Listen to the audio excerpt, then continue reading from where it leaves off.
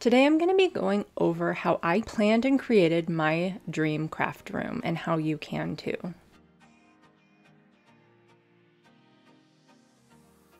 This was a picture of my inspiration room. I love the aesthetics, the colors. Even though this wasn't a craft room, this was my inspiration. So the first thing you want to plan and consider is how much space do you have? Do you have a large room or just a small corner that you get to designate as your crafting area? And that will make a big difference as far as your planning goes. The next thing you want to consider is what kind of storage do you need? Do you only make cards and have cardstock, or do you do a little bit of everything, sublimation, vinyl, heat transfer, cardstock, scrapbooking, etc.? That will make a big difference as well.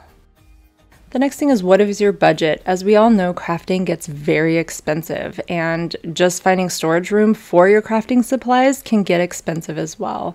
So I would recommend save money and repurpose where you can. Check out local garage sales, thrift shops, and your clearance section of your local retail stores. Please subscribe and ring the bell. The next thing you want to do is choose your space. There's a lot of decisions that go into this. If you're able and choose to, choose your wall color. This is difficult because there's so many colors out there, but pick one that makes you happy and inspires you. The next step is to paint your walls.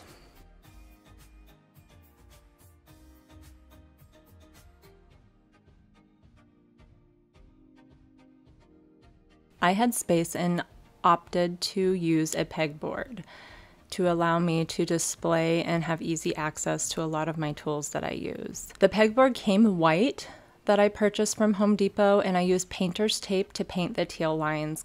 Next, I used 1x2s to secure the boards together and raise them away from the wall so I could put the pegs on them. Then I added trim for a finished look. I looked for my perfect spot and hung my pegboard up.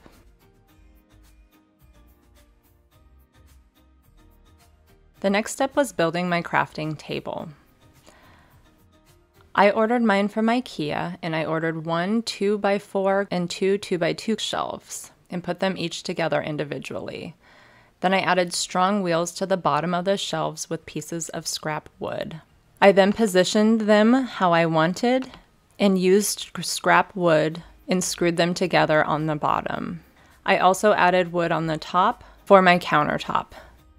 The next thing I did was sand, stain, and varnish my plywood. After I stained, I applied 3 coats of varnish. Given it's a crafting table, I wanted to be able to clean it off easily in case I got paint or some other product on there. Then I cut my plywood to overhang several inches from my crafting table and applied trim around. I used wood to attach my counter from underneath. And here's a picture of my finished crafting table. I have lots of storage, and I have the little bucket containers so that I could hide the things that don't look as nice as other things do.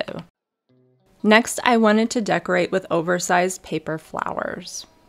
I made many different kinds and colors of flowers and just Googled them. The first one, I cut a bunch of rectangles and hot glued the cones together, starting from the edge and moving in from the center. I used different hues to make a more realistic effect and continue to fill in with the cones. And here's the finished product. Next, I used my Cricut to cut out different colored petals. I used a glue stick to curl the tips. You make slits on the bottom and glue them, overlapping just slightly to give them a 3-dimensional effect. And then I started gluing each layer by colors, starting from the outside and moving my way in.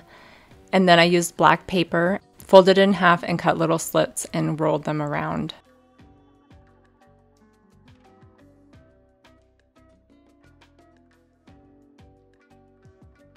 I just Googled different colored flowers to use my template and used my Cricut to cut out the different colors. I had herb scissors that I used to cut the center out, but you can use just normal scissors as well, or even your Cricut. Here's a picture of my sunflower.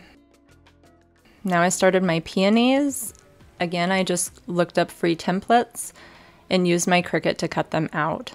And the same goes for the center, and I made several different colors. The last flower that I did was my wisteria. I used fishing line and little plastic beads to separate each petal. I hung them on a fallen mossy stick.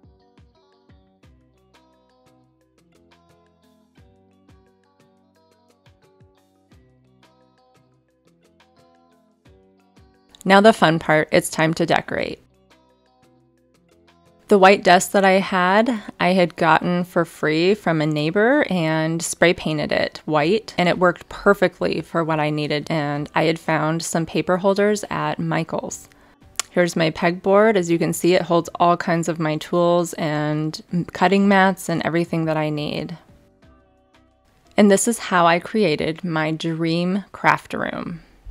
I hope this helps inspire you to create your own dream craft room. Happy crafting, everyone. If you found my mommy's video, give her a thumbs up.